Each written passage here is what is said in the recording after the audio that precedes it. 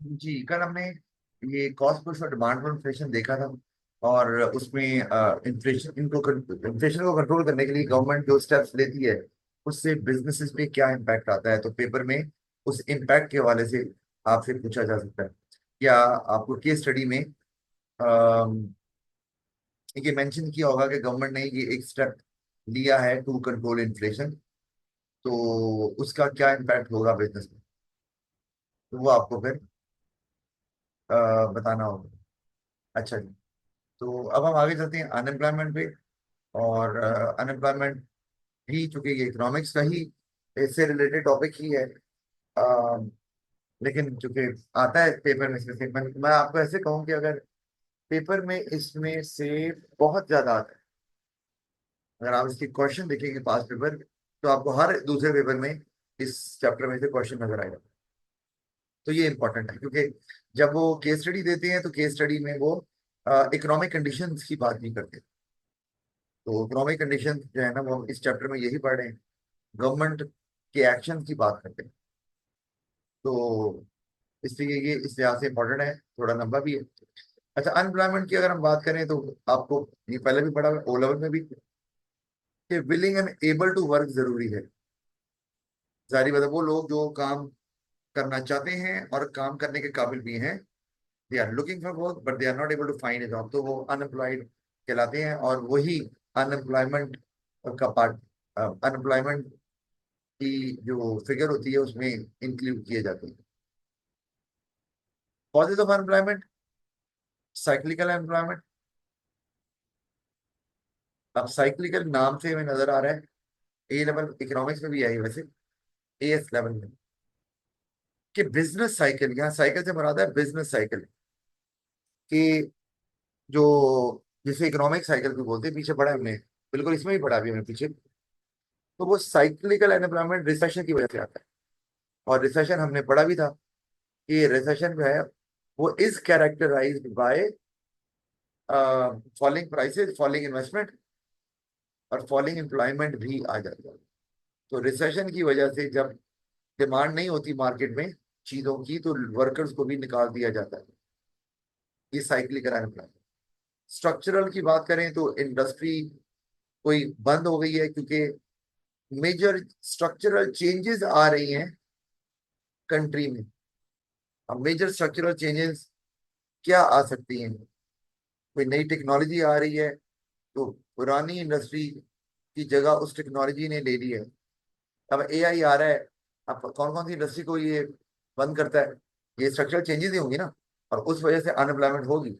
जैसे आप ऐसे ले लो कि अभी ना चाइना ने 14 रोबोट्स बनाए हैं एआई बेस्ड। तो अब वो पेशेंट्स को डायग्नोज भी करेंगे और ऑपरेट भी करेंगे, तो प्रिस्क्राइब भी करेंगे, जो भी मेडिसिन वगैरह है, सर्जरी वगैरह भी करेंगे। तो वो अब उनकी एक्यूरेसी आपको अंदाजा है ह्यूमन के मुकाबले में कितनी ज्यादा होगी। डॉक्टर तो फिर दवाइयां दे के तो ट्राई कर रहा था, अच्छा ये नहीं तो आप ये ट्राई करके देखिए।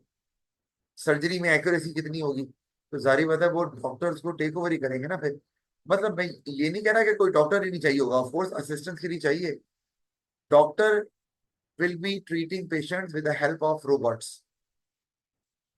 असिस्टेड बाय एआई, लेकिन अब कम डॉक्टर्स चाहिए होंगे ना, वो आ गया एआई। तो अब ये है कि फिर अगर आगे चल के हम ये कहें कि एआई ह्यूमन जो है ना वो रिप्लेस हो रहे हैं, कौन से ह्यूमंस? डॉक्टर्स। तो अब वो एक महीने में 5,000 ऑपरेशन कर देता है डॉक्टर, वो रोबोट। तो इतने डॉक्टर क्या करने आते हैं? तो ये स्ट्रक्चरल चेंजेस में ही काउंट होगा। और आपकी अनएम्प्लॉयमेंट यहाँ हो रही है, या अच्छा एक तो ये, या एक प्रोडक्ट जो है वो अब डिमांड में ही नहीं रही। जैसे ना, आप ऐसे लोग के पहले आपके विंडो एसी हुआ करते थे, तो विंडो एसी खत्म हो गए। मतलब अब अगर कोई बनाएगा या कोई बनाता होगा तो वो उसने फैक्ट्री बंद कर दी होगी, अनलेस एंड अनटिल के उसने शिफ्ट कर दिया और डीसी इन्वर्टर पे। तो फिर तो हो सकता है, अदरवाइज वो इंडस्ट्री बंद ही होगी। आप इसी तरह देख लें, गाड़ियां आ रही हैं इलेक्ट्रिकल व्हीकल्स, आगे दौर है तो 10 15 20 सालों में पाकिस्तान में भी जो इंडस्ट्री या फर्म जो है वो वही पेट्रोल वाली गाड़ियां बना रही होंगी, वो बंद हो जाएंगी, उनकी जरूरत नहीं है, तो वर्कर्स भी अनएम्प्लॉयड हो जाएंगे। आप ले लो, जैसे ये सीडीज हैं, सीडीज डीवीडीज, ये कितनी तेजी से इनका टाइम खत्म हुआ है। एक दफा बहुत कॉमन थी, आजकल तो आप नया लैपटॉप लोगे ना, तो उसमें आपको वो डीवीडी ड्राइव या सीडी ड्राइव ही नहीं मिलेगी। क्या वो यूज नहीं होती? यूएसबी होगी, आप उसको इस्तेमाल करें, डेटा ट्रांसफर करें जो आपने करना है। तो ये स्ट्रक्चरल चेंजेस इस तरह की होती हैं। और उस वजह से फिर ऑफ कोर्स वो लोग जो उस इंडस्ट्री में ही काम करते थे, या उनकी स्किल सिर्फ उसी इंडस्ट्री से रिलेटेड ही थी, तो वो ऑफ कोर्स अनएम्प्लॉयड हो जाएंगे। अच्छा, फिर हमारे पास फ्रिक्शनल अनएम्प्लॉयमेंट। ये हमने पढ़ा हुआ है कि एक बंदा एक जॉब छोड़ता है, जॉब अवेलेबल है लेकिन छोड़ के कोई जॉब ढूंढ रहा है जो उससे बेहतर है। यार ये मैं डिजर्व नहीं करता, मैं कोई और जॉब ढूंढूंगा। तो वो फिर फ्रिक्शनल अनएम्प्लॉयमेंट कहलाएगी।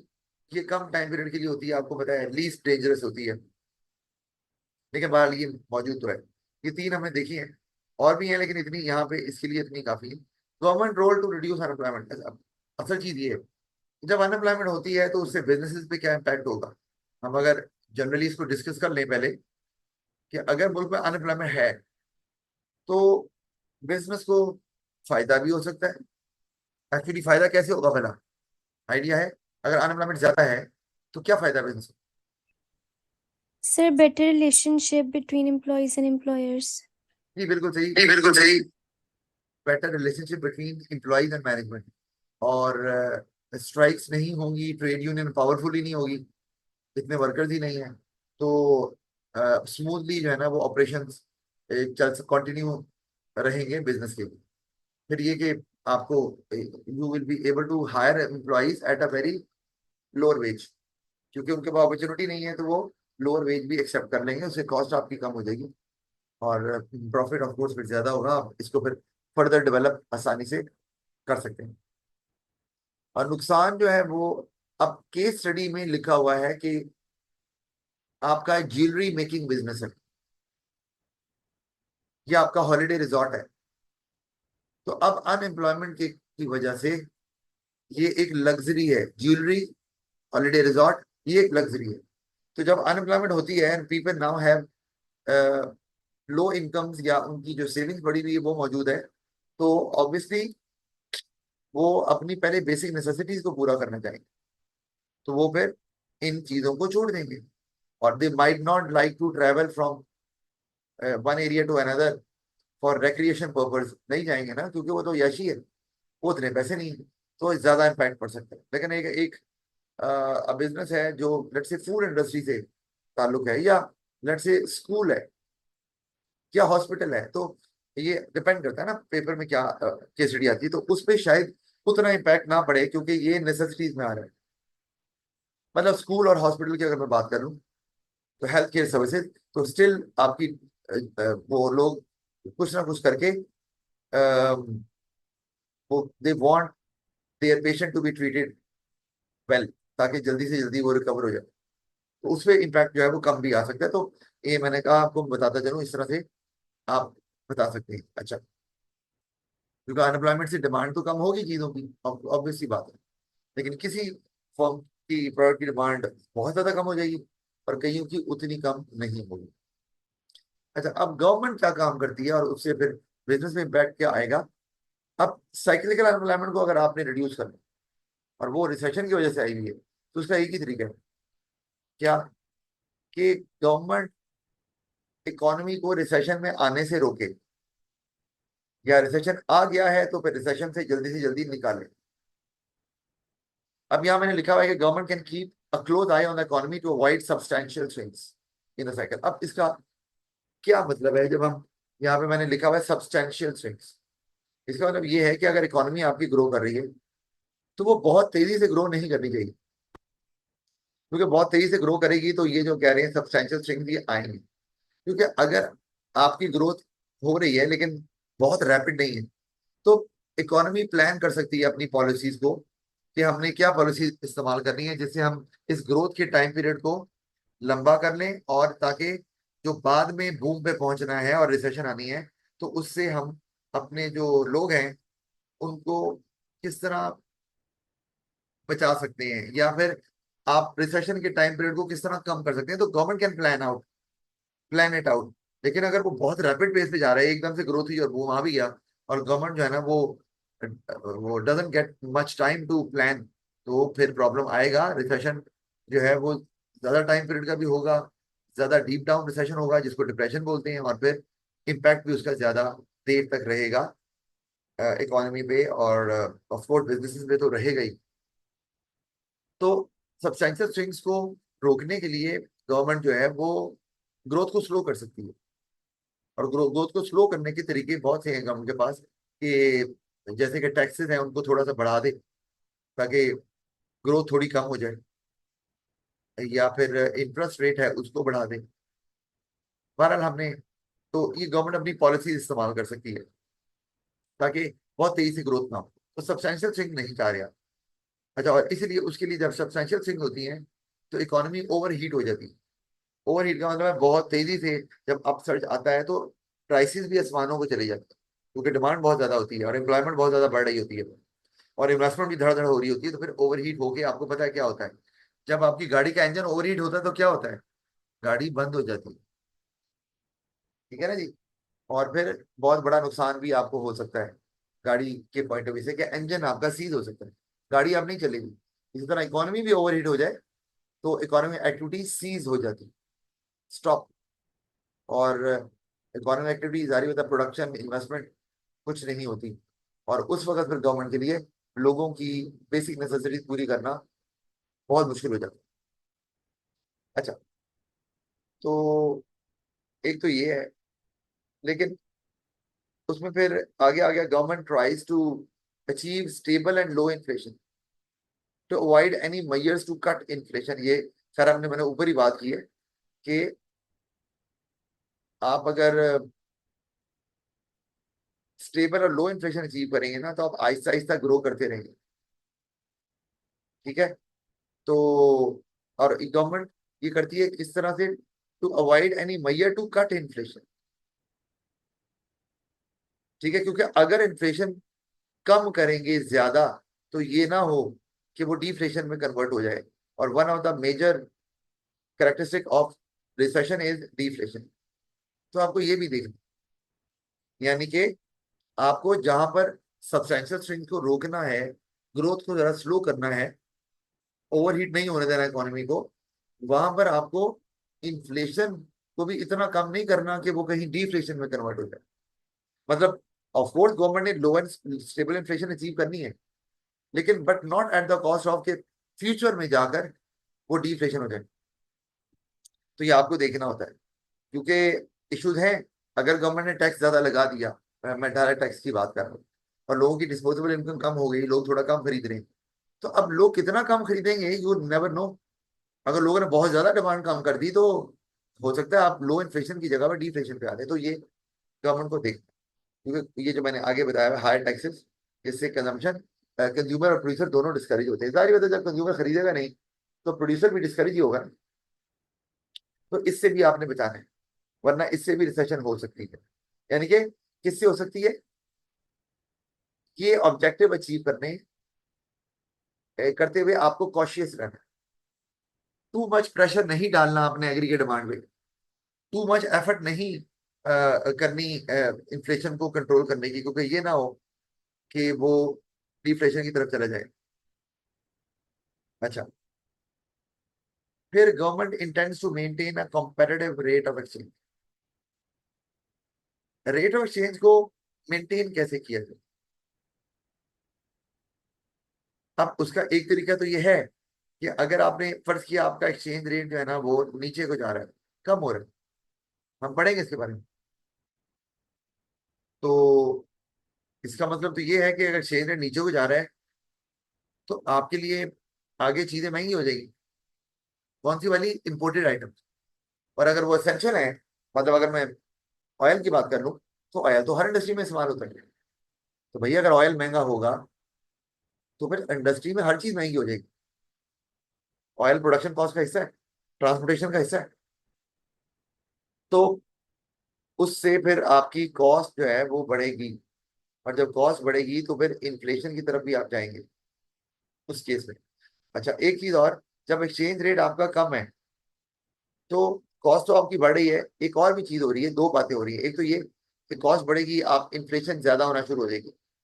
और अगर इन्फ्लेशन ज्यादा हो रही है तो वही टाइम पीरियड आ सकता है कि अचानक आपकी डिमांड जो है वो, कॉस्ट बढ़ने से जब प्राइस बढ़ेगी तो डिमांड कम होना शुरू हो जाए और आप रिसेशन में चले जाए। एक और भी है कि जब एक्सचेंज रेट कम है तो आपकी हो सकता है एक्सपोर्ट्स बढ़ रही हो। अगर आपके पास एक्सपोर्ट्स हैं करने के लिए, आपके पास अ, वो प्रोडक्ट्स हैं जो कि इंटरनेशनल मार्केट में कम्पीट कर सकते हैं, तो एक्सपोर्ट्स अगर बढ़ेंगी तो आप ज्यादा प्रोड्यूस करेंगे। ठीक है, आप अपने मुल्क में भी दे रहे हैं और दूसरे मुल्कों में भी सप्लाई कर रहे हैं, तो इससे आपको कंसिडर करना है कि रैपिड इकोनॉमिक ग्रोथ ना हो। इकोनॉमिक ग्रोथ तो होगी ना, आप एक्सपोर्ट भी कर रहे हैं, अपने लोगों को भी दे रहे हैं, क्योंकि आपको पता है इससे भी आप ओवर हीटिंग की तरफ जा सकते हैं। तो आपने चेक एंड बैलेंस रखना है। इसका मतलब है अगर आपका रेट ऑफ एक्सचेंज कंपेटिटिव नहीं है, अच्छा दो बातें, एक, अगर एक्सचेंज रेट कम हो रहा है तब भी पॉसिबल है कि रिसेशन आ जाए, और अगर आपका एक्सचेंज रेट ज्यादा हो रहा है तो तब भी, या भी ये हो रहा है ना, एक्सपोर्ट्स बढ़ रही है, इकोनॉमिक ग्रोथ हो रही है, तो एक्सचेंज रेट बढ़ रहा है, तो एक मौका आएगा कि आप लोग आपसे चीजें लेना छोड़ देंगे क्योंकि आपकी चीजें महंगी हो गई। तो अचानक जो इतनी ग्रोथ हो रही होगी, वो उसको कहाँ पे वो कहाँ बेचेंगे उसको, क्योंकि आपका एक्सचेंज रेट बढ़ता जा रहा है। फर्ज किया क्यों बढ़ रहा है, क्योंकि आपकी चीजों की डिमांड ज्यादा है, आपकी करेंसी की डिमांड ज्यादा है, तो एक्सपोर्ट से एक्सचेंज रेट तो बढ़ना है। तो वो भी आपको रिसेशन की तरफ लेके जा सकता है, क्योंकि जब लोग अचानक आपसे लेना छोड़ देंगे तो इतनी जो प्रोडक्शन आप कर रहे हैं उसका क्या करेंगे, आप एकदम से उसको रोक देंगे, तो उससे भी रिसेशन आ सकती है। तो इसीलिए कहा हुआ है कि आपने कंपेरेटिव रेट ऑफ एक्सचेंज को रखना है, वो एक्सचेंज रेट जो कि बाकी कंट्रीज के लोगों के लिए, क्योंकि इंटरनेशनल ट्रेड तो होती है, उनके लिए भी कोई ट्रबल ना पैदा करे, तो ना तो बहुत कम हो ना बहुत ज्यादा हो। अच्छा, कि अगर आपका एक्सचेंज रेट जो है वो बहुत ज्यादा हो रहा है, तो इससे ज्यादा हो रहा है तो रिसेशन आ सकती है ना, हमने अभी बात की है, आपकी चीजें लोग लेंगे नहीं। अच्छा, तो आपको उसको कंपैरेटिव रेट में रखना है, क्यों, ताकि आपके एक्सपोर्ट्स की डिमांड रहे और आपकी मुल्क जो है वो, जो फर्म्स हैं वो प्रोड्यूस करती रहे, तो इकोनॉमिक ग्रोथ रहेगी। ठीक है जी, तो वो मैंने यहाँ पर, यहाँ जो मैंने बात की ना, यहाँ मैंने एक्सचेंज रेट ज्यादा होने की बात की है, लेकिन मैंने आपको एक्सप्लेनेशन में एक्सचेंज रेट कम होने का भी नुकसान बताया है, मतलब रिसेशन कैसे हो जाएगी उससे। एक्सचेंज रेट ज्यादा होने से तो इवेंचुअली रिसेशन होनी ही है, जब लोग, दूसरे मुल्क के लोग आपसे नहीं लेंगे ना। तो मैंने उसी को लिखा हुआ आगे कि अगर आपका रेट कंपैरेटिव नहीं रहेगा, रेट क्यों नहीं कंपैरेटिव, क्योंकि एक्सचेंज रेट कंपैरेटिव नहीं है, तो लोगों को महंगा पड़ रहा है, तो रिसेशन आ सकता है इससे। इसी तरह अगर गवर्नमेंट ने स्ट्रक्चरल अनएम्प्लॉयमेंट को रोकना है तो उसके लिए, अच्छा स्ट्रक्चरल एम्प्लॉयमेंट क्या है कि एक इंडस्ट्री बंद हो गई है और वहां जो वर्कर काम करता था, जैसे मैं एग्जांपल अभी दी आपको, कमर्शियल इंजन वाली गाड़ियां बनाता था कोई बंदा, इंजीनियर था, अब गाड़ियां इलेक्ट्रिकल व्हीकल्स आ गई। उस इंजीनियर ने पढ़ा तो हुआ है लेकिन उसको, उसका एक्सपीरियंस नहीं है, वो ट्रेन नहीं है कि इलेक्ट्रिकल व्हीकल कैसे बनाते हैं। तो इसका मतलब उसको अलहदा से ट्रेनिंग लेनी पड़ेगी, और ये भी हो सकता है कि उसको अलहदा से कोर्सेज भी करने पड़ जाएंगे। कोर्सेज, कौन से कोर्सेज, ईवी के, ताकि वो ईवी इंडस्ट्री में काम करने के लिए एलिजिबल हो। तो गवर्नमेंट ये कर सकती है कि ट्रेनिंग और एजुकेशन से, अब किसी और, अब स्ट्रक्चरल चेंजेस की वजह से एक इंडस्ट्री बंद हो गई है, तो जो इंडस्ट्री अब ग्रो कर रही है उसमें एम्प्लॉयमेंट अपॉर्चुनिटीज आए तो ये अवेल कर सकें। लेकिन ऑफ कोर्स तभी करेंगे जब अपने एजुकेशन को अप टू डेट करेंगे और ट्रेनिंग लेकर अपनी स्किल रेलेवेंट बनाएंगे उस इंडस्ट्री के साथ। तो अब जैसे कि मैं अब बता रहा हूँ, मैं टीचिंग कर रहा हूँ, तो अब टीचिंग आगे जाके ऐसा होगा ना कि एआई की असिस्टेंस के साथ टीचिंग करनी है आप। टीचर का रोल थोड़ा कम हो गया, वो अपने कोर्सेज पढ़ा रहा है थ्रू एआई। ठीक है, और उसमें आप ये कर सकते हैं कि डेटा जो फीड करना है वो टीचर की हेल्प लेके किया जा रहा है। टीचर जो है वो एट टाइम जब लगता है कि यहाँ रोबोट काम नहीं करता या यहाँ एआई उतना यूजफुल नहीं है, वहाँ टीचर अपना रोल प्ले करेगा, हर जगह नहीं करेगा, तो टीचर का रोल कम हो जाएगा। लेकिन वो टीचर जो एआई इक्विप्ड होंगे उनकी जॉब जाएगी नहीं, बल्कि उनकी एक्चुअली सैलरी अर्निंग बढ़ जाएगी पहले से। तो और उनकी एफर्ट कम हो जाएगी, अभी क्लास में पढ़ाना, लंबी क्लासेस, वो फिर कम हो जाएगा, क्योंकि एआई आपको रिस्पॉन्ड भी करेगा। या बैकएंड पे टीचर मौजूद है, और वो जब उसे लग रहा है कि एआई से नहीं हैंडल हो रहा, या कुछ आप कह लें कि पर्सनल इश्यूज आ रही हैं स्टूडेंट्स को, आ रहे हैं, तो वो फिर टीचर जो है ना वो अपना रोल प्ले कर सकता है। तो वहां पे भी इसका मतलब है कि ये जरूरी है, आपको ट्रेनिंग की जरूरत पड़ेगी। अच्छा, फिर how to reduce frictional unemployment. उसमें गवर्नमेंट क्या करेगी कि अनएम्प्लॉयमेंट बेनिफिट आपको कम कर देगी, क्योंकि वो लोग जो नौकरी छोड़ के बेहतर जॉब ढूंढ रहे हैं, उन्हें पता है यार अगली जॉब ढूंढेंगे मिल जाएगी, और जब तक नहीं मिलेगी गवर्नमेंट हमें अनएम्प्लॉयमेंट बेनिफिट देगी। वही जो जॉब मिली हुई करो ना, इसका मतलब ये खाम खा की अनएम्प्लॉयमेंट है, अपने सर बांधी हुई है, लेकिन बोलेंगे इसको अनएम्प्लॉयमेंट, क्योंकि उसमें वो जॉब छोड़ के बैठ नहीं रहा, वो जॉब छोड़ के कोई और जॉब ढूंढ रहा है, इसलिए है वो अनएम्प्लॉयड, अपनी मर्जी की ढूंढ रहा है ना। लेकिन गवर्नमेंट जब अनएम्प्लॉयमेंट बेनिफिट कम कर देगी, तो फिर वो इस तरह का काम नहीं करेगा, वो जॉब छोड़ेगा नहीं, अगर कोई अपॉर्चुनिटी आती है तो ग्रैब करेगा। ये नहीं कि जॉब छोड़ के तो दिन रात यही काम कर रहा है, मैं जॉब ढूंढ रहा हूँ, मैं जॉब ढूंढ रहा हूँ, ये नहीं करेगा, जिससे फ्रिक्शनल अनएम्प्लॉयमेंट भी किसी हद तक आपकी कम हो जाएगी। जी, कोई सवाल है अगर यहाँ तक तो जरूर बताएं। No, sir.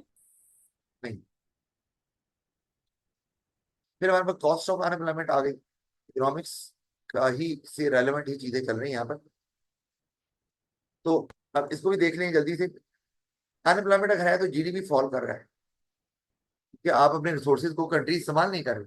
अच्छा, उसका बिजनेस पे क्या इम्पैक्ट है हमने देख लिया, हमें बात करने की जरूरत नहीं है। अच्छा, tax revenue is used in the shape of unemployment benefits. अब अनएम्प्लॉयमेंट बेनिफिट आप नहीं देंगे क्योंकि आपने कम कर दिया ना, फ्रिक्शनल अनएम्प्लॉयमेंट को रोकने के लिए। और क्या कह रहा हूँ, टैक्स रेवेन्यू जो है वो अनएम्प्लॉयमेंट बेनिफिट की इस्तेमाल हो जाएगा। तो अनएम्प्लॉयमेंट बेनिफिट एक नॉन प्रोडक्टिव एक्सपेंडिचर है, नॉन प्रोडक्टिव। जब मैं कहता हूं कि अनएम्प्लॉयमेंट बेनिफिट एक नॉन प्रोडक्टिव एक्सपेंडिचर है, इसका क्या मतलब होता है, सवाल ये। एक्सपेंडिचर के अगेंस्ट कोई प्रोडक्ट प्रोड्यूस नहीं हो रहा। Very good, very good. इसको ये खर्चा गवर्नमेंट कर रही है, प्रोड्यूस नहीं हो रहा, तो इकोनॉमी को फायदा कोई नहीं हो रहा, क्योंकि इस तरह वो कब आप चीजें बनाएंगे तो आगे कंट्री को भी बेनिफिट है, और कि जीडीपी की शक्ल में, और आप एक्सपोर्ट कर सकते हैं, और जो लोग रह रहे हैं वहां पर उनको भी फायदा है। लेकिन आप खर्चा कर रहे हैं और आपको मिल कुछ नहीं रहा, तो वो नुकसानदेह है, ग्रोथ नहीं हो रही उससे। तो एक तो ये नुकसान हो रहा है गवर्नमेंट को। अच्छा, फिर सोशल एविल्स, लोगों को अगर नौकरी नहीं मिली तो क्राइम रेट बढ़ेगा ना कुछ तो वो करेंगे जिंदगी गुजारने के लिए, कोई डिकॉइटी, कोई चोरी, कुछ तो करेंगे, तो उससे रेपुटेशन खराब होगी मुल्क की। और अगर ऑलरेडी बिजनेस वहां ऑपरेट कर रहे हैं तो उनपे भी नेगेटिव इम्पैक्ट आ जाएगा। अगर वो पहले डील कर रहे थे विद क्लाइंट्स जो कि अब्रॉड, मतलब दूसरे कंट्रीज में ऑपरेट कर रहे थे, या लोकेट कर रहे थे, तो वो आपसे शायद ले अब ना ले, यार ये पता नहीं इनसे डील सही बैठेगी कि नहीं, तो उसकी वजह से बिजनेस पे भी इम्पैक्ट आ रहा है। फिर ये कि ऊपर वाली बात में बिजनेस से जोड़ना भूल गया, कि टैक्स रेवेन्यू जब अनएम्प्लॉयमेंट बेनिफिट पे लग रहा है, तो प्रोडक्टिव और डेवलपमेंट एक्सपेंडिचर नहीं हो रहा। जो गवर्नमेंट है वो इंडस्ट्रियल इंडस्ट्रियल स्टेट नहीं बना रही, तो या इंफ्रास्ट्रक्चर पे खर्च नहीं कर रही, तो फिर बिजनेसेस को भी प्रॉब्लम होगा, क्योंकि उनको सपोर्ट नहीं मिल रही गवर्नमेंट की, क्योंकि गवर्नमेंट का पैसा अनएम्प्लॉयमेंट बेनिफिट पे लग रहा है, तो उनको वो भी स्ट्रगल करेंगे, उनकी प्रोडक्टिविटी भी कम होगी, और कॉस्ट भी बढ़ेगी, जारी बात है। तो ये इशू हो सकता है। अच्छा, अब सोशल लेवल की बात हो गई, फिर fall in demand that leads to fall in profit, सारी बात है। लोगों के पास पैसा नहीं है तो वो डिमांड नहीं करेंगे, तो फर्म का प्रॉफिट भी कम हो जाएगा। बात ये तो आपको समझ आती है। Increase tax burden on employed people, जो लोग काम कर, क्योंकि गवर्नमेंट ने तो अब गवर्नमेंट को तो रेवेन्यू टैक्स ही आने, अब ज्यादा लोग अनएम्प्लॉयड है तो उनसे तो टैक्स आ नहीं रहा, तो जो एम्प्लॉयड है उनसे फिर गवर्नमेंट को ज्यादा टैक्स लेना पड़ेगा, जिससे वो लोग डिस्करेज होंगे, और वो भी शायद कहेंगे भाई हम भी जॉब नहीं करते। इसका मतलब है कि पॉसिबिलिटी है कि वो लोग जो एम्प्लॉयड है उनमें ज्यादा टैक्स ले रहे हैं, तो एम्प्लॉयड कहाँ पर है? बिजनेस में। जब टैक्स ज्यादा लगेगा, डिस्पोजेबल इनकम कम होगी, तो वो लोग जो हैं वो ज्यादा वेज डिमांड करेंगे बिजनेसेस से, और उसकी वजह से बिजनेसेस की कॉस्ट बढ़ना शुरू हो जाएगी। तो मैं इसलिए आपको हर पॉइंट का इम्पैक्ट बिजनेस में बता रहा हूँ, जो आपने जो एक्चुअली रिक्वायरमेंट होगी क्वेश्चन की भी। फिर फ्रिक्शनल अनएम्प्लॉयमेंट में cause a business to become inefficient. ये भी हमें समझ आ रही है कि ज्यादातर वो कह रहा है बार बार वर्कर छोड़ ही जा रहे हैं। एक वर्कर छोड़ रहा है, फिर नया वर्कर रखा, उसने फिर 6 महीने बाद छोड़ दिया। ठीक है ना? यानी कि फ्रिक्शनल अनएम्प्लॉयमेंट की वजह से हाई लेबर टर्नओवर हो सकती है। लोग छोड़ रहे हैं, आप फिर रख रहे हैं, फिर छोड़ रहे हैं, तो उसकी वजह से आप बिजनेस का जो ऑपरेशन है उनका फ्लो टूट जाएगा, आपको उनको ट्रेन करना पड़ेगा, या वो आते साथ ही जो है वो एज अ टीम मेंबर काम उस तरह से नहीं कर पाएंगे। रिक्रूटमेंट की कॉस्ट ज्यादा बढ़ रही है, फिर जब तक हायर नहीं किया तो आपकी प्रोडक्शन रुकी हुई है या वो काम रुका हुआ है पर्टिकुलरली, तो ये इशू आ सकते हैं, कॉस्ट आपकी बढ़ सकती है। अच्छा, लोअर लिविंग स्टैंडर्ड हो जाएगा लोगों का, ऑफ कोर्स, तो पॉवर्टी होगी, ऑफ कोर्स डिमांड वगैरह नहीं होगी। अच्छा, फिर इसमें ये है कि फिर आपको बिजनेस में इम्पैक्ट क्या है कि बिजनेस को अपनी क्वालिटी जो है प्रोडक्ट की वो डाउन करनी पड़ेगी, क्योंकि अब लोग जो हैं वो प्राइस पे कॉम्प्रोमाइज करने के काबिल नहीं है। वो कह रहे हैं कि भाई क्वालिटी गिरा दो, हम क्वालिटी पे कॉम्प्रोमाइज कर रहे हैं, तो आपको फिर ये देखना पड़ेगा। फिर आप जितना लंबा कोई बंदा अनएम्प्लॉयड रहता है, उतना ही ज्यादा सीरियस अनएम्प्लॉयड हो जाता है, और उसको हम परमानेंटली अनएम्प्लॉयड भी बोलते हैं। उसकी वजह यही है ना कि टेक्नोलॉजी आती जा रही है, और आपने तो पहली भी नहीं सीखी, तो अगली आ गई, तो अगली उससे भी एक स्टेप और इम्प्रूवमेंट थी, तो आपके लिए तो अब आप तो स्ट्रगल करोगे, आप उसको सीख नहीं पाओगे। अगर आपने पुरानी टेक्नोलॉजी आपको यूज करनी आती होती, तो उसमें एक दो नई चेंजेस होती हैं, आप वो सीख लेते जल्दी।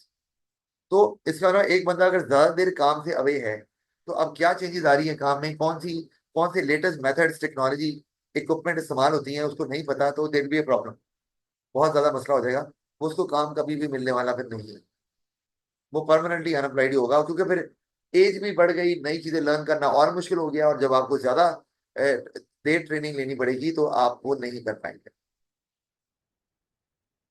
अच्छा, ये we are done with this. और फिर हमारे पास है आगे बैलेंस ऑफ पेमेंट की बात आ गई। ये भी गवर्नमेंट का ऑब्जेक्टिव होता है कि इसको स्टेबल रखा जाए, और इसमें फेवरेबल है या सरप्लस बैलेंस ऑफ पेमेंट हमें नजर आ रहा है जब एक्सपोर्ट की वैल्यू इंपोर्ट की वैल्यू से ज्यादा होती है, और अनफेवरेबल है या डेफिसिट बैलेंस ऑफ पेमेंट जहां पर इंपोर्ट की वैल्यू एक्सपोर्ट से ज्यादा नजर आ रही है। अब यहाँ पे हम एक्सचेंज रेट की बात भी जरूर करेंगे, लेकिन एक बात आपने याद रखनी है कि ये ना, अच्छा वो फ्लक्चुएशन अभी नीचे आनी है, तो फिर मैं अभी बात नहीं करता, अभी वो आएगा तो तभी मौके पे बात करता हूँ। अच्छा, अब मतलब गवर्नमेंट का ऑब्जेक्टिव होता क्या है? गवर्नमेंट चाहती है फेवरेबल हो बैलेंस ऑफ पेमेंट या अनफेवरेबल हो? क्या चाहते हैं ये ना? नॉर्मली गवर्नमेंट चाहती है कि आपका बैलेंस पेमेंट स्टेबल रहे, यानी कि ज्यादा फ्लक्चुएशन ना पसंद नहीं की जाती। वो क्यों नहीं की जाती, वो हम अभी देखने लगे कि क्यों नहीं की जाती। ना कि या आपके कि आपका जी बैलेंस ऑफ पेमेंट सरप्लस हो रहा है और सरप्लस बढ़ रहा है, तो ये अच्छी बात एक हद तक तो हो सकती है, लेकिन लॉन्ग रन में अच्छी बात नहीं है। तो क्यों नहीं है, आप देखते हैं। अब अफेक्ट ऑफ पहले देखते हैं, अगर बैलेंस ऑफ पेमेंट आपका डेफिसिट है, एक्सपोर्ट की वैल्यू कम है और इम्पोर्ट की वैल्यू ज्यादा है, तो क्या होगा? आपका एक्सचेंज रेट, हम किसी भी करेंसी की, अच्छा करेंसी की ना एक हम कहते हैं डोमेस्टिक वैल्यू,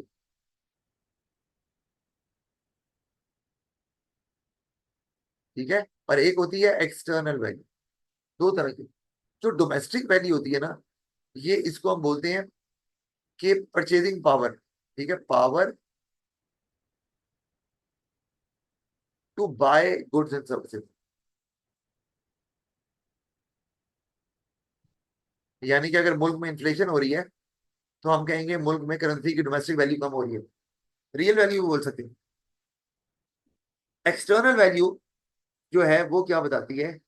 ये एक्चुअली शो करती है करेंसी की पावर ही शो करती है, power to buy foreign currency, चीजें नहीं, वो चीजें बाद में आएंगी, तो पहले करेंसी। यानी कि अगर हम कहते हैं कि करेंसी की वैल्यू, एक्सटर्नल वैल्यू कम हो रही है, इसका मतलब अब आप पहले से कम फॉरेन करेंसी खरीद सकते हैं। तो अगर आप पहले से कम फॉरेन करेंसी खरीद सकते हैं, तो आप चीजें जो इंपोर्टेड आइटम्स हैं वो भी पहले से कम ही खरीद पाएंगे, और अगर आपको वो जरूरत है उनकी, तो आपके लिए प्रॉब्लम हो जाएगी। अच्छा, तो अब ये लिखा हुआ है value of currency in terms of another currency, कि आप कितना बाय कर सकते हैं फॉरेन करेंसी को। अब मैंने यहाँ एग्जांपल एक जैसे ली हुई है कि $1 160 के बराबर। अब 160 का जमाना तो चला गया, 277 की बात करें आप, 277 12। अच्छा, अब होता क्या है जी, जब डेफिसिट होता है ना, तो सप्लाई ऑफ करेंसी ज्यादा होती है। सवाल ये होगा, सर ये सप्लाई ऑफ करेंसी होती क्या है? सप्लाई ऑफ करेंसी का मतलब है people who are willing and able to sell currency, वो सप्लाई करेंगे। People who are able and willing to sell currency. तो जब आप ये तो इसका मतलब है आप क्या कर रहे हैं, आप सप्लाई कर रहे हैं। अच्छा, करेंसी की सप्लाई कर रहे हैं, तो करेंसी की सप्लाई करता कौन है? भाई करेंसी की सप्लाई वही करेगा ना जिसके पास करेंसी है। मैं कहूँ पाकिस्तानी रुपये को कौन सप्लाई करता है? भाई हम लोग ही सप्लाई करेंगे ना। हमें अगर डॉलर चाहिए, या हमें जापानीज येन चाहिए, या हमें पाउंड चाहिए, तो इसका मतलब हम पहले अपनी पाकिस्तानी रुपये ऑफर करेंगे ना उनको, यार ये ले लो, हमें डॉलर दे दो, तो हम अपनी करेंसी सप्लाई कर रहे हैं। अच्छा, ये हम कब करते हैं? हमें फॉरेन करेंसी कब चाहिए होती है? भाई जब हमें या तो बाहर जाना है, या बाहर इन्वेस्टमेंट करनी है, या बाहर से कोई चीज खरीदनी है। ये तीन ही तरीके हैं। तो अगर आप ये काम करेंगे, तो अब यहाँ क्या हो रहा है, चूंकि जो बैलेंस ऑफ पेमेंट है वो डेफिसिट हो रहा है, इसका मतलब क्या है कि आप ज्यादा करेंसी सप्लाई कर रहे हैं। ठीक है, उतनी आपकी करेंसी की डिमांड नहीं है। अब ये भी देख लें, डिमांड वाली बात भी समझ लेते हैं। डिमांड फॉर करेंसी का मतलब क्या है? इसका मतलब है ये, इसमें वो लोग आएंगे, people who are willing and able to buy currency, who are willing and able to buy currency. सवाल ही आया, यानी कि आप जब एक करेंसी खरीदने के काबिल हैं और खरीदना भी चाह रहे हैं, तो आप डिमांड कर रहे हैं उस करेंसी को। अच्छा, करेंसी डिमांड करता कौन है, बाय कौन करता है? भाई जारी बात है, जिसके पास फॉरेन करेंसी है। पाकिस्तानी रुपये से मैं 5,000 के नोट से 5,000 रुपया खरीद सकता हूँ। वो अगला मुझे पागल ही कहेगा, भाई क्या कर रहे हो, दिमाग खराब है। हाँ, अगर मेरे पास डॉलर है, तो मैं कहूँ यार मुझे पाकिस्तानी रुपये दे दो, समझ आती है? इसका मतलब मैं क्या कर रहा हूँ, मैं डॉलर से पाकिस्तानी करेंसी बाय कर रहा हूँ, क्योंकि मैं विलिंग हूँ, मैंने पाकिस्तान आना है शायद, या पाकिस्तान से कोई चीज खरीदनी है, और मेरे पास अ, वो फॉरेन करेंसी भी है, तो मैं विलिंग, मैं एबल भी हूँ टू बाय करेंसी। ठीक है, तो अब ये होता है कि जब आप एक्सपोर्ट करते हैं, आपने याद रखना है, जब कोई मुल्क एक्सपोर्ट करता है, इसका मतलब है दूसरे मुल्क के लोग आपसे चीजें खरीद रहे हैं। तो अगर दूसरे मुल्क के लोग आपसे चीजें खरीद रहे हैं, तो वो आपसे चीजें खरीदने के लिए क्या करेंगे, पहले आपकी करेंसी बाय करेंगे, यानी कि आपकी करेंसी डिमांड करेंगे। तो पहले तो ये याद रखो कि जब किसी करेंसी की डिमांड जब बढ़ती है ना, तो उसकी प्राइस या वैल्यू बढ़ना शुरू हो जाती है। इस तरह ही है ना, जैसे कोई प्रोडक्ट है, किसी प्रोडक्ट की डिमांड बढ़ जाएगी, तो उसकी प्राइस बढ़ेगी। कोई सिंगर बहुत पॉपुलर है और हर कोई उसको, उससे कॉन्सर्ट करवाना चाहता है, तो डिमांड डिमांड तो ज्यादा है, उसकी प्राइस ज्यादा ही होगी। ऐसे ही है ना। तो करेंसी की जब डिमांड, आप एक्सपोर्ट कर रहे हैं तो करेंसी की डिमांड ज्यादा हो रही है, तो करेंसी की प्राइस बढ़ेगी। करेंसी की प्राइस क्या होती है? एक्सचेंज रेट, जो एक्सटर्नल वैल्यू ऑफ करेंसी है। तो करेंसी का एक्सचेंज रेट बढ़ना शुरू हो जाएगा। ठीक है, और सप्लाई ऑफ करेंसी में क्या होता है, आप जो करेंसी सप्लाई, जारी बात है, जब एक चीज की सप्लाई हो रही है, उसको लेने वाले उतरे नहीं है। एक चीज की सप्लाई है लेकिन डिमांड उतनी नहीं है, तो क्या होगा, उसकी वैल्यू कम होना शुरू हो जाएगी, यानी कि एक्सचेंज रेट नीचे गिरना शुरू कर देगा। वही ना, मार्केट में सरप्लस हो गया, चीजें बड़ी हैं, लेने वाले नहीं है, कीमतें गिरेंगी। इसी तरह करेंसी को, आपके पास पाकिस्तानी रुपीज हैं, आप लेके फिर रहे हैं, यार दे दो, ये खरीद लो पाकिस्तानी रुपीज, कोई खरीद ही नहीं रहा, तो पाकिस्तानी रुपये की जो एक्सटर्नल वैल्यू ऑफ करेंसी है या एक्सचेंज रेट है, वो नीचे की तरफ आएगा। अच्छा, ये तो हमने मैकेनिज्म समझ लिया। तो अब और ये भी देख लिया कि लोकल पीपल जो है ना वो फॉरेन अपनी करेंसी सप्लाई करते हैं। ठीक है। अच्छा, अब जब बैलेंस ऑफ पेमेंट डेफिसिट है तो एक्सपोर्ट्स ज्यादा है, कम है, और इम्पोर्ट ज्यादा है। इसका मतलब है इम्पोर्ट अगर कम है, नहीं सॉरी ज्यादा है, तो आपकी करेंसी कम डिमांड की जा रही है। और चूंकि इम्पोर्ट ज्यादा है तो आपकी करेंसी, आपकी एक्सपोर्ट कम है, तो आपकी करेंसी डिमांड ज्यादा नहीं हो रही। और आपकी इंपोर्ट ज्यादा है तो आपकी करेंसी सप्लाई ज्यादा हो रही है। आप अपनी करेंसी सप्लाई करके दूसरी करेंसी खरीद रहे हो, तो उससे क्या होगा, आपका एक्सचेंज रेट नीचे को जाना शुरू कर देगा, जिसको हम बोलते हैं एक्सचेंज रेट डेप्रिसिएशन। तो ये मैंने आपको बात समझानी थी कि एक्सचेंज रेट डेप्रिसिएशन में जब बैलेंस ऑफ पेमेंट डेफिसिट होता है तो एक्सचेंज रेट गिरना शुरू हो जाता है। ठीक है।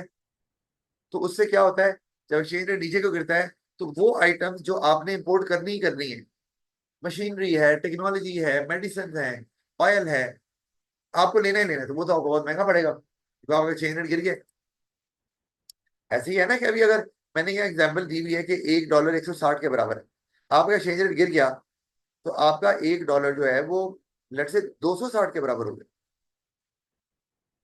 इसका मतलब है पहले अगर आप ₹160 दे के $1 की चीज खरीद लेते थे, तो अब आपको $260 दे के $1 की चीज लेनी पड़ेगी। आपको तो महंगा पड़ गया, है वो चीज डॉलर की, $1 की, तो अब आपको ज्यादा पैसे देने पड़ेंगे। ये मसला पड़ गया गवर्नमेंट के लिए, कंट्री के लिए, कि वो चीजें कैसे बाय करे, पर्टिकुलरली वो चीजें जो कि जरूरी हैं बाय करनी, तो ये इशू आ सकता है। अच्छा, ये बिजनेसेस पे भी इम्पैक्ट करता है। अगर एक बिजनेस इंपोर्ट करता है तो इंपोर्टिंग बिजनेस को इस केस में जो मैं बात कर रहा हूँ फायदा नजर आएगा। क्यों? क्योंकि एक्सचेंज रेट अगर बढ़ रहा है, सॉरी कम हो रहा है, और वो इंपोर्ट कर रहा है, तो मैंने फायदा कह दिया, नुकसान होगा ना, क्योंकि उसके लिए इंपोर्ट्स महंगी आएंगी, उसकी कॉस्ट बढ़ जाएगी, और कॉस्ट बढ़ेगी तो प्रॉफिट कम होगा, और अगर वो प्राइस बढ़ाएगा तो शायद लोग लेना, तो ये इशू आ सकता है। यानी कि इंपोर्टिंग बिजनेस को नुकसान होगा कॉस्ट बढ़ने से, एक्सचेंज रेट कम होने से कॉस्ट बढ़ जाएगी। हाँ, एक्सपोर्टिंग बिजनेस को फायदा हो सकता है, क्योंकि एक्सचेंज रेट आपका कम हुआ है, तो अगर तो आपकी quality up to the mark है टू इंटरनेशनल स्टैंडर्ड्स, तो फिर तो बाहर के लोग आपसे चीजें खरीदना जरूर चाहेंगे, और आपकी सेल्स बढ़ सकती है उस केस में। ये डिपेंड करता है कि केस स्टडी में क्या लिखा है, कि वो कुछ एक्सपोर्ट करते हैं या इम्पोर्ट करते हैं या दोनों करते हैं। तो आपको फिर दोनों के बारे में बताना पड़ेगा, पॉजिटिव इम्पैक्ट भी बताना पड़ेगा, नेगेटिव भी बताना पड़ेगा। और इससे होगा क्या, सबसे बड़ा चीज, कि आपके फॉरेन रिजर्व तेजी से खत्म होना शुरू हो जाएंगे, क्योंकि अब एक्सपोर्ट कम हो रही है तो फॉरेन रिजर्व्स कम आ रहे हैं आपके पास, इंपोर्ट ज्यादा है तो फॉरेन रिजर्व जा ज्यादा रहे हैं। तो जितने आप फॉरेन रिजर्व्स, क्योंकि आप तो फॉरेन करेंसी प्रिंट नहीं करते, तो जितने आपके पास आ रहे हैं उससे ज्यादा जा रहे हैं, तो जितने रिजर्व में भी पड़े हुए हैं वो भी आहिस्ता आहिस्ता रिजर्व कम होना शुरू हो जाएंगे, और इवेंचुअली फिर जीरो ही हो जाएंगे अगर आप इसको कंट्रोल नहीं करेंगे। अगर जीरो हो गए तो हम बोलते हैं कंट्री बैंकरप्ट हो गया। अब वो किसी काबिल नहीं है, क्योंकि वो चीजें खरीद नहीं सकता ना, करेंसी जो नहीं है उसके पास। और ये श्रीलंका में हुआ भी था कुछ साल पहले, और फिर उसको कर्जा लेना पड़ गया था IMF से इस केस में, और उसने फिर कुछ चाइना से भी कर्जा लिया था। एनीवे, आज के लिए इतना ही ठीक है, इसको फिर हम कल कंटिन्यू करते हैं।